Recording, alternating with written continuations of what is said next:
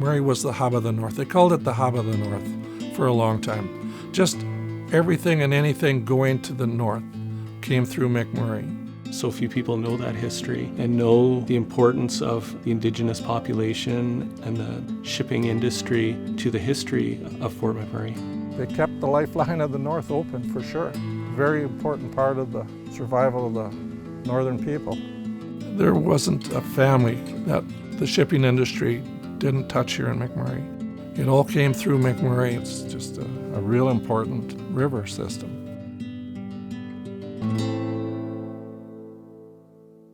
Fort McMurray, before it was Fort McMurray, was known as Nistueo, which is in Cree means the meeting place of three rivers.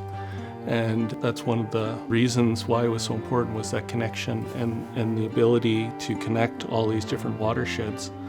The waterways are important to transportation in Canada in the 1700s and 1800s, in large part because there were no other established transportation routes in this region. There would be very few roads, and those roads that existed were for walking or for dog sledding, not for carriages or anything like that. So if you were going to get into any new regions in Canada, you were going to have to go off-road. And because, especially in this region, it's heavily forested, it's hilly. Where it's not hilly, it's swamp. It's very difficult to travel anywhere. The only exception, of course, is the waterways.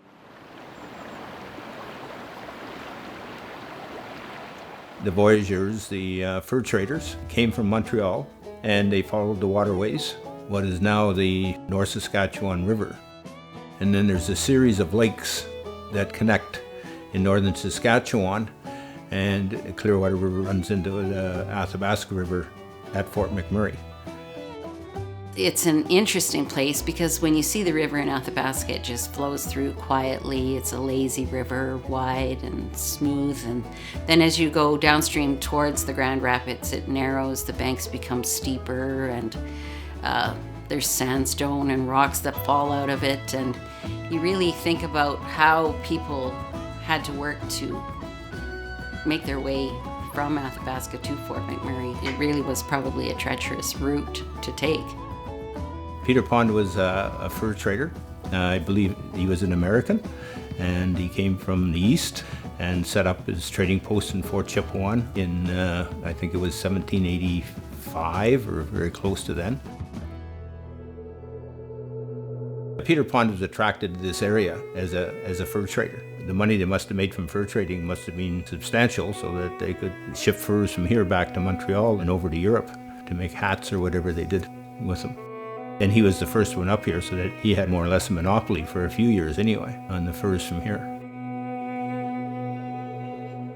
Some people looked upon him as a pretty unsavory guy. He apparently had been charged with killing somebody at one time, and obviously he didn't spend a lot of time in jail, but his reputation was debatable. He was also responsible for mapping the region.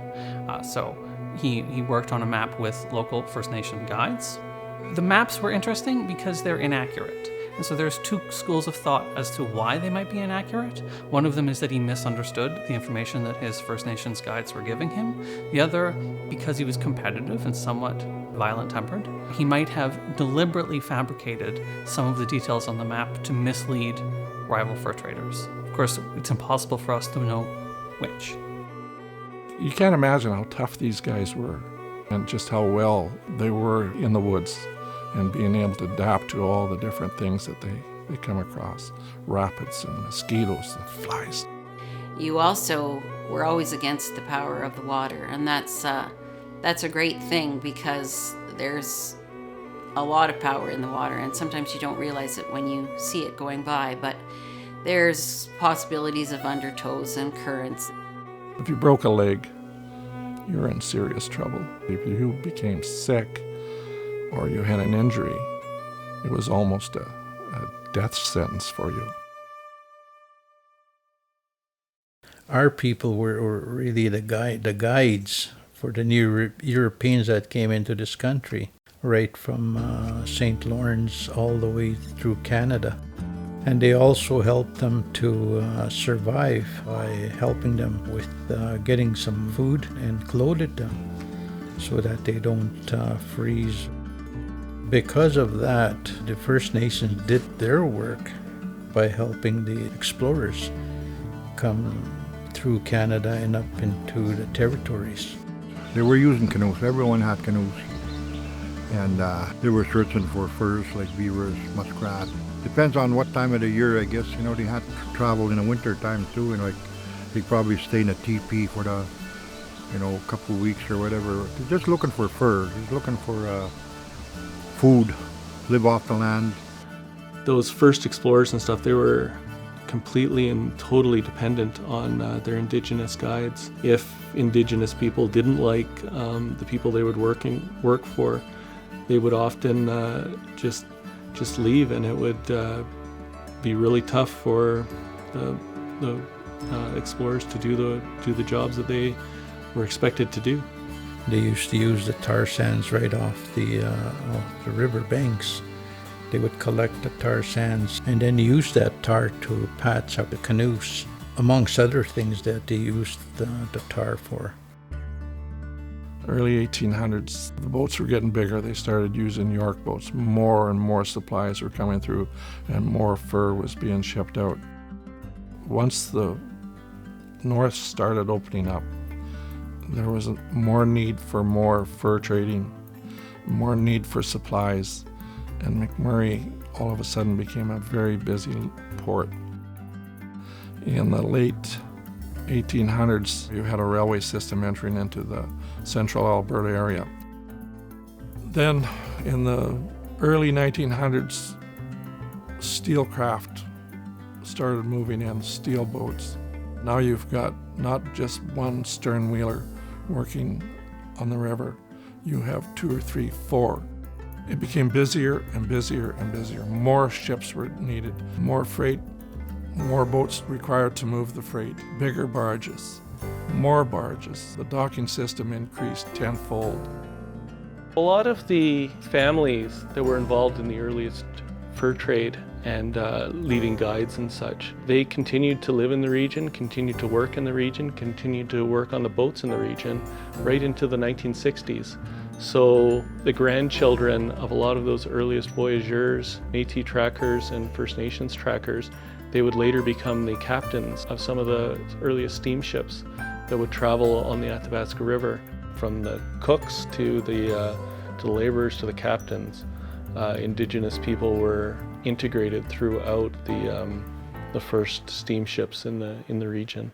A number of the Métis people and First Nations people worked on the boats. They were knowledgeable about the river, and many of them were pilots and captains. One of the more notable early people on the river was a man named, apparently his name was Louis Fosseneuve. And Louis Fosseneuve was so good at shooting the rapids that are between Fort McMurray and Athabasca, and also apparently a very good rifle shot, that people stopped calling him Louis Fosseneuve and he became known as Captain Shot. There is a story about Captain Shot taking a group of nuns from the mission in Lac La Biche to Fort McMurray. I'm sure they were out of their element, and a lot of squealing went on as he took them straight through the Grand Rapids. The Grand Rapids are a Class 6 rapid, which means basically they're impassable with a boat of any variety. He was brave and fearless. He did his tasks as he needed to, time and time again, and got the people where they needed to go safely. Captain Shot was probably the most notable Métis River pilot of his day, and that would be in the early 1900s. My grandfather was the captain of the tug McMurray. Everybody knew that my grandpa was the captain, and I was always very proud of that. It was something that I thought was important, and it was important to Fort McMurray's well-being and history, and it was my grandpa that did that. So it was always something I looked up to. One of the more famous pilots on the Athabasca River is a gentleman named Billy Bird. Billy Bird was a Métis gentleman who I believe he grew up in Fort McMurray, but he was probably the most well-known captain on the Athabasca River. His boat was the Radium Miner. He is quoted as saying, "There is nothing finer than the miner." My father was Captain Billy Bird. Well, before my dad, his dad was a steamboat captain and worked on the Athabasca River. And his dad's dad, I guess it would be, was on the steamboats too. We had an old radio at home. We knew when his ETA was when he was coming into McMurray, and we just about knew what time he'd be pulling in with his barges, so we'd head down to see him, and he'd stay maybe for a couple of days, and then he'd leave again for another couple of weeks, and back and forth. You couldn't get one of them captains on any vessel to get excited. They were so calm and collected, and they knew what they were doing. These guys were good. I'm sure if you blindfolded them, they could come down that river blindfolded. They were that good. Everybody talks about a captain, and that person's really famous. You know, just like an actor. That's what I think when I was small, when I see Billy Bird. You know, famous person. I want to be that too. I want to be famous too. Everybody will know me if I was a captain.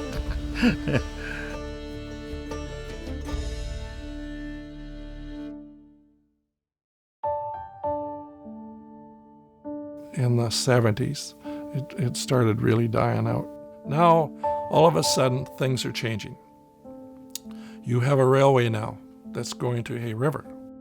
Once they establish a docking facility and a harbor system in Hay River, that changes McMurray big time.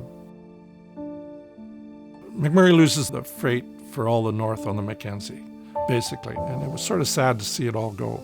It started dying out, and we went down from almost 8 tugs in this area at one time down to 2. We stayed at 2 for several years in the 70s and 80s, and then it just died out in 1997. Pretty well ended it. That's when they pulled everything out and never put it back in the water.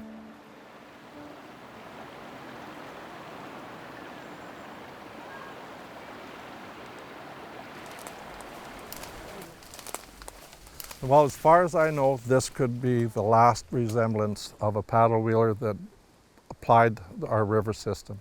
What we are looking at is the remains of the steamship McMurray. There's the width of it right here, if you take a look across. It's got to be at least 40 feet or more, and she had to be 80 feet long. It's massive. They brought her down here, tied her up, and nature took its course. The ice picked it up off the river and moved it into the island, shoved it into the island during river breakup, and she's never moved since then. I couldn't just let the boats go to hell, to junk like some of them were. Nobody really knew what was going to happen to them. The government didn't even know. So we approached them and said, hey, we'd like to preserve these boats, and we started the ball rolling. The Fort McMurray Historical Society at that time sent a letter to the Minister of Fisheries requesting that they consider giving us first opportunity to obtain the boats. Can you donate them to us? And we will keep them in a museum-type atmosphere. The boats were acquired, they were moved from the shipyard that was there then.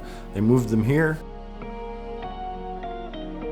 We began really developing those assets, restoring them, making sure that they were fit for public consumption, and developing the property around it and developing the interpretation for it.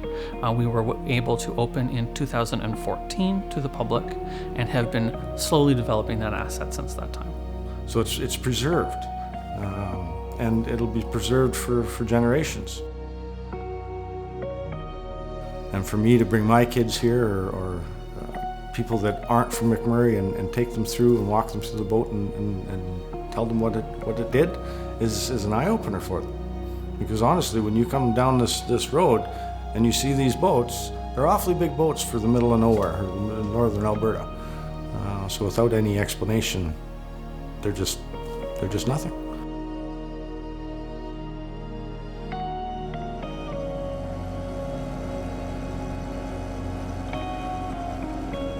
There was something about it. It just, you're traveling in a river valley. You've got this scenic view that most people could only dream of. You're moving big articles in the water, your barges, and you can hear the water running by. That was McMurray. And, it was a big part of Canada, too. You have to think McMurray did a lot for the development of all the North and for Western Canada. And it deserved keeping. It deserved to keep a big part of our history. And I think we're all glad we did.